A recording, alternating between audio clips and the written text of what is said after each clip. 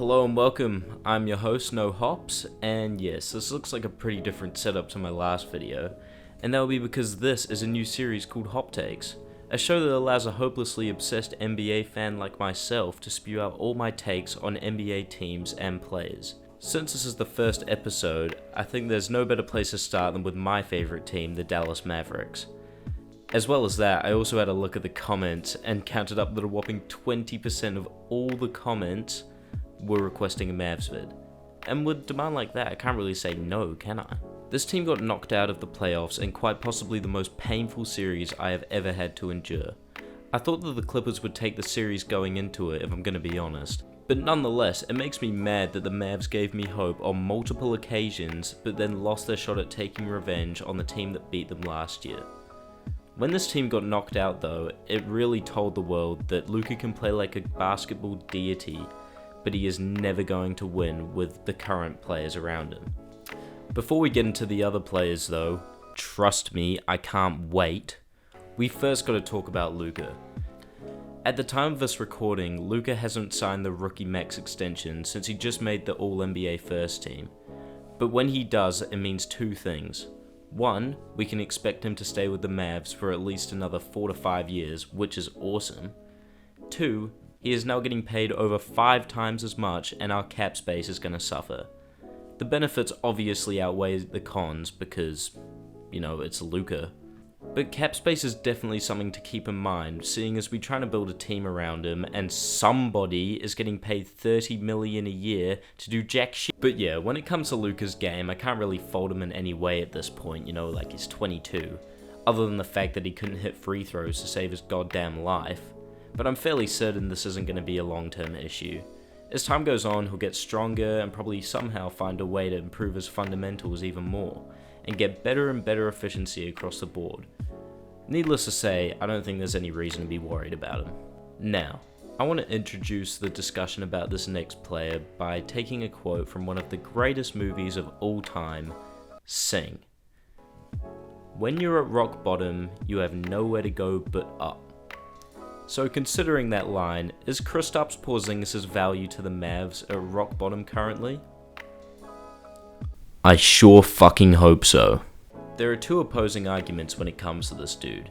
Obviously you got the pandemic Porzingis side of things, and then you got the side defending him, which basically goes along the lines of, he's not getting as many touches per game, and therefore cannot contribute as much. And I fully understand where they're coming from.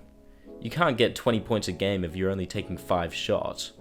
But we gotta think a little deeper here. Why is Porzingis taking only 5 shots per game? The coaching, right? Porzingis is running plays that don't involve him taking many shots. Bam, question answered. But wait, let's go one step further. What if we ask why the plays are being run like that? When you have a player on your team that has reached an all-star level in the past, you'd imagine that the coach would give them touches more often, right? Well, that would be the case if it weren't for the factor that this dude is made out of glass. I think the reason for why he had no shots this series is because not only he was slow from all of the injuries racked up in the regular season, but also because the coaching staff was terrified that he would get injured again. The result? Somebody who gets paid $30 million a year to be a role player. I think there is a hidden benefit here though. The only catch is that we can't trade him until the regular season. Nah. Hold up. I know that to some people watching this comment may seem blasphemous. But if we trade him now, what we get in return will not be anything better. Like, people are talking about a Porzingis Kemba trade? Pardon the interruption, editor No Hops here, just wanted to clarify that obviously Kemba got traded for Al Horford, so my outdated statement isn't as valid. But the explanation you're about to hear for why the trade wouldn't work is a similar case when it comes to trading for any of the other bad contracts in the league. Dallas has very little draft picks to add onto a trade, so it is pretty much guaranteed that any player that we could trade KP for has just as significant downsides. I think that the trade is possible, but what the hell is Kemba gonna do for us? The dude is literally just as brittle as Porzingis. They both missed the exact same amount of games in the regular season, 29. Instead, I think we should hold on to Porzingis and give him a chance to shine this upcoming season. He has a long off-season to get back in shape, and hopefully he'll get back a little bit more of what made him so good in the past. But that's not just it. It's pretty likely that he's not going to be healthy the whole season based on what's happened in the past. But if he plays well enough, there's a chance that his trade value could hopefully rise enough for a decent return.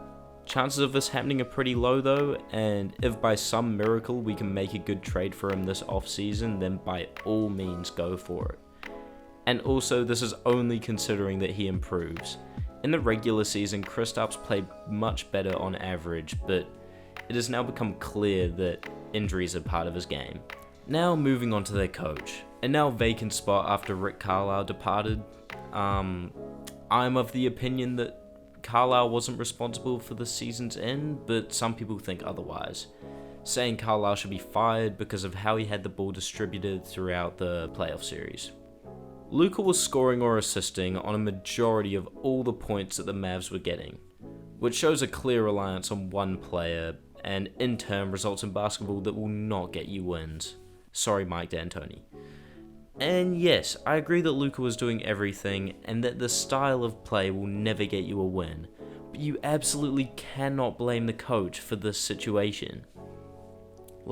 The difference between Luka and the next best player is so large that you may as well just give Luka the ball each possession and you'll have the highest chance of scoring. That's just a fact. And because of that, it's pretty clear that some big roster changes need to happen this offseason.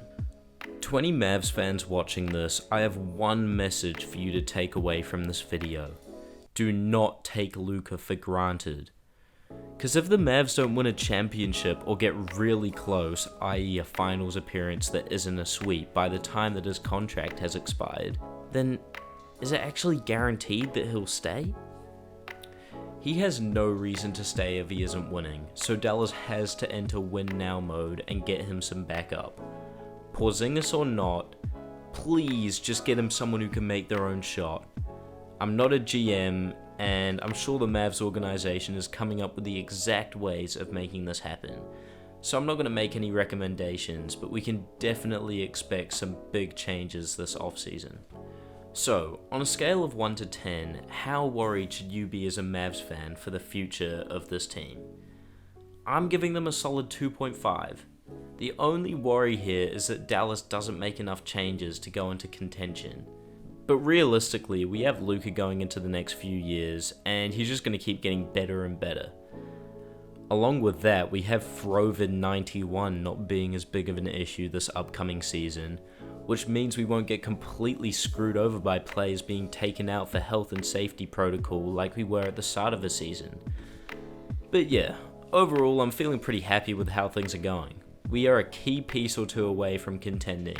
Heck, we almost beat the Clippers, who have one of the most complete and star-heavy teams in the league. Long story short, we're safe as. Anyways, that's my thoughts on what's going on right now. If you made it all the way to this point, I appreciate it massively. We're on that long road to monetization, and any support, like leaving a like or subscribing, means the world to me. As I say, the people that do so are the ones who I love and live for.